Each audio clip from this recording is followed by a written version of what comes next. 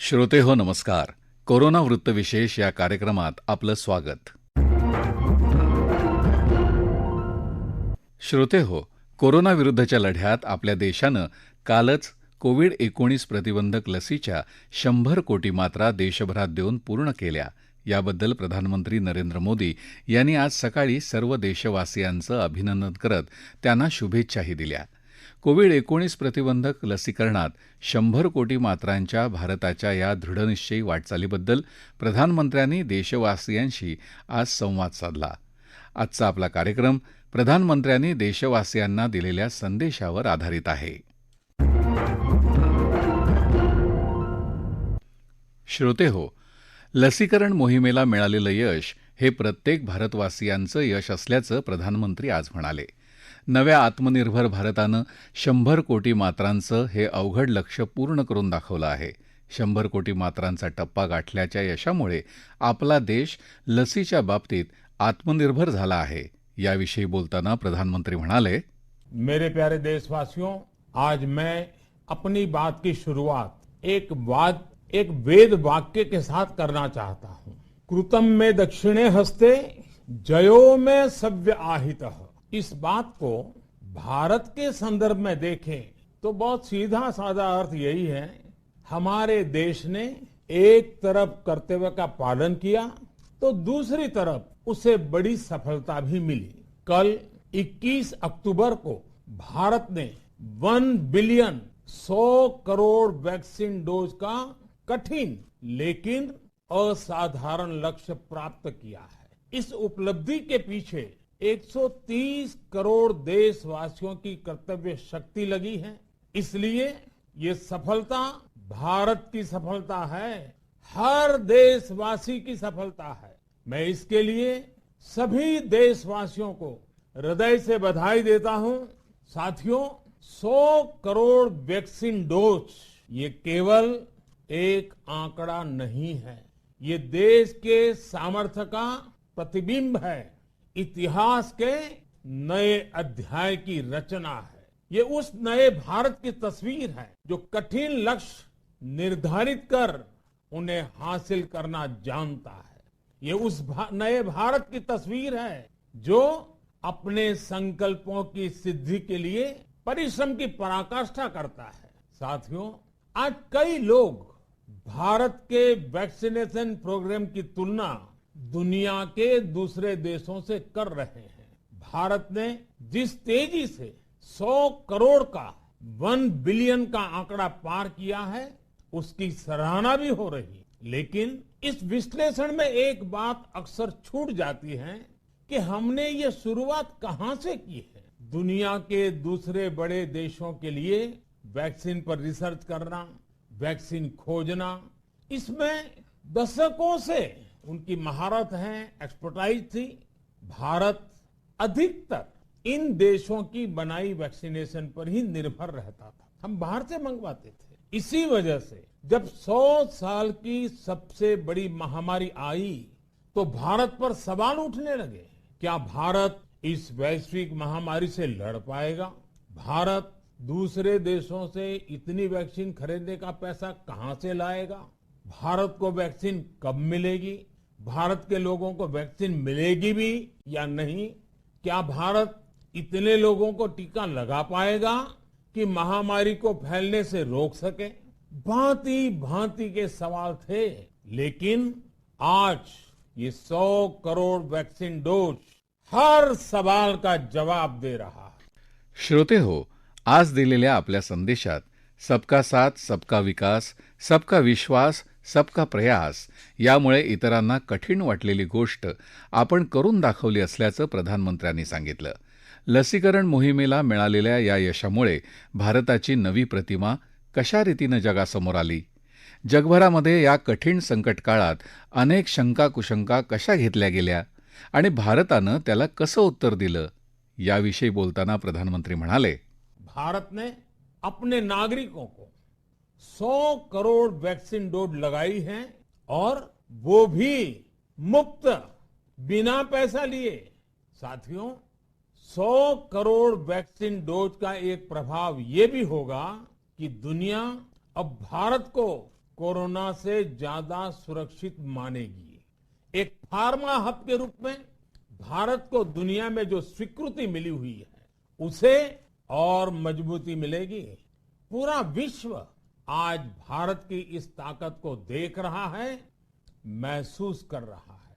साथियों, भारत का वैक्सीनेशन अभियान सबका साथ, सबका विकास, सबका विश्वास और सबका प्रयास का सबसे जीवंत उदाहरण है।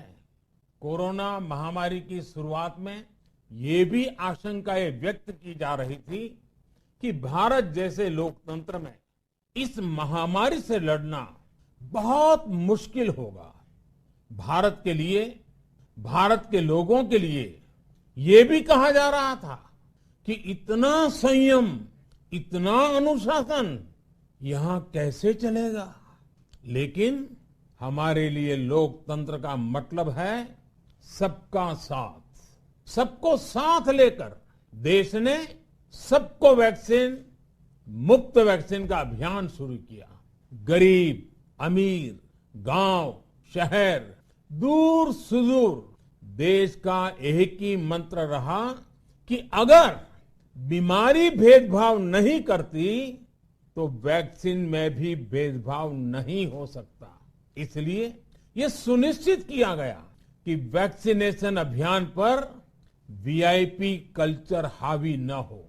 कोई कितने ही बड़े पद पर क्यों न रहा हो, कितना ही धनी क्यों न रहा हो, उसे वैक्सीन सामान्य नागरिकों की तरह ही मिलेगी।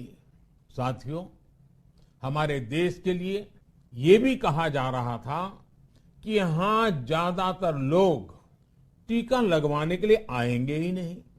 दुनिया के कई बड़े विकसित देशों में आज भी वैक्सीन हेजिटेंसी एक बड़ी चुनौती बन गई है।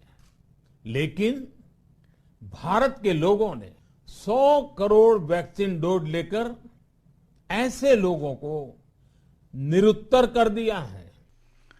श्रोते हो, भारताचं हे यश सगळ्यांच्या एकत्रित प्रयत्नांचं यश असल्याचं प्रधानमंत्री म्हणाले. आपण एकाच दिवसात उच्चांकी 1 कोटी कोविड-19 प्रतिबंधक लसी दिल्या, ही गोष्ट आपल्याकडच्या विज्ञान आणि तंत्रज्ञानाच्या प्रगतीमुळे शक्य झाली. या संपूर्ण प्रक्रियेत विज्ञाननिष्ठ धोरणांमुळे हे शक्य झालं असल्याचं प्रधानमंत्री म्हणाले. या संपूर्ण मोहिमेकरता विज्ञान आणि तंत्रज्ञानाचा आधार कसा घेतला गेला, याविषयी बोलताना प्रधानमंत्री म्हणाले, साथियों, किसी अभियान में जब सबका प्रयास जुड़ जाता है तो परिणाम अद्भुत ही होते हैं। हमने महामारी के खिलाफ देश की लड़ाई में जन भागीदारी को अपनी पहली ताकत बनाया, फर्स्ट लाइन ऑफ डिफेंस बनाया। देश ने अपनी एकजुटता को ऊर्जा देने के लिए ताली, थाली बजाई, दिए जलाए। तब कुछ लोगों ने कहा था कि क्या इससे बीमारी भाग जाएगी, लेकिन हम सभी को उसमें देश की एकता दिखी, सामूहिक शक्ति का जागरण दिखा। इसी ताकत ने कोविड वैक्सीनेशन में आज देश को इतने कम समय में 100 करोड़ तक पहुंचाया है। कितनी ही बार हमारे देश ने एक दिन में 1 करोड़ टीकाकरण का आंकड़ा पार किया है। ये बहुत बड़ा सामर्थ्य है, प्रबंध कौशल है, टेक्नोलॉजी का बेहतरीन इस्तेमाल है, जो आज बड़े बड़े देशों के पास भी नहीं है। साथियों, भारत का पूरा वैक्सीनेशन प्रोग्राम विज्ञान की कोख में जन्मा है, वैज्ञानिक आधारों पर पनपा है और वैज्ञानिक तरीकों से चारों दिशाओं में पहुंचा है। हम सभी के लिए गर्व करने की बात है कि भारत का पूरा vaccination programme science bound, science driven और साइंस बेस्ड रहा है। वैक्सीन बनने से पहले और वैक्सीन लगने तक इस पूरे अभियान में हर जगह साइंस और साइंटिफिक अप्रोच शामिल रही है। हमारे सामने चुनौती मैन्युफैक्चरिंग को लेकर भी थी, प्रोडक्शन को स्केल अप करने की भी थी। इतना बड़ा देश, इतनी बड़ी आबादी, उसके बाद अलग अलग राज्यों में, दूर दराज इलाकों में समय से वैक्सीन पहुंचाना, ये भी किसी भागीरथ कार्य से कम नहीं था। लेकिन वैज्ञानिक तौर तरीकों और नए नए इनोवेशन से देश ने इस चुनौतियों के समाधान तलाशे असाधारण स्पीड से संसाधनों को बढ़ाया गया। किस राज्य को कितनी वैक्सीन कब मिलनी चाहिए, किस इलाके में कितनी वैक्सीन पहुंचनी चाहिए, इसके लिए भी वैज्ञानिक फॉर्मूले के तहत काम हुआ। हमारे देश ने कोविन प्लेटफॉर्म की जो व्यवस्था बनाई है, वो भी विश्व में आकर्षण का केंद्र है। भारत में बने कोविन प्लेटफॉर्म ने न केवल आम लोगों को सहूलियत दी, बल्कि हमारे मेडिकल स्टाफ के काम को भी आसान बनाया। श्रोते हो, 100 कोटी मात्रा दिल्यामुळे आनंद जरूर व्यक्त केला पाहिजे, पण आगामी उत्सव काळात उत्साह वाढलेला असताना सुद्धा आपण संपूर्ण सावधानता बाळगली पाहिजे, असं प्रधानमंत्र्यांनी आवर्जून सांगितलं. ज्यांचं कोविड लसीकरण अजून झालेलंच नाही, अशांचं लसीकरण पूर्ण करण्यासाठी त्यांना प्रोत्साहन देणं आणि कोरोनाविरुद्धच्या लढ्यात मास्कचा वापर सवयीचा करणं गरजेचं असल्याचा मोलाचा सल्ला प्रधानमंत्र्यांनी आपल्याला दिला आहे. याचं पालन करणं हे आपलं कर्तव्य आहे आणि काळाची गरजसुद्धा आहे. श्रोते हो, आपला करोना वृत्तविशेष हा कार्यक्रम आपण न्यूज ऑन AIR या ॲपवरही लाईव्ह ऐकू शकता.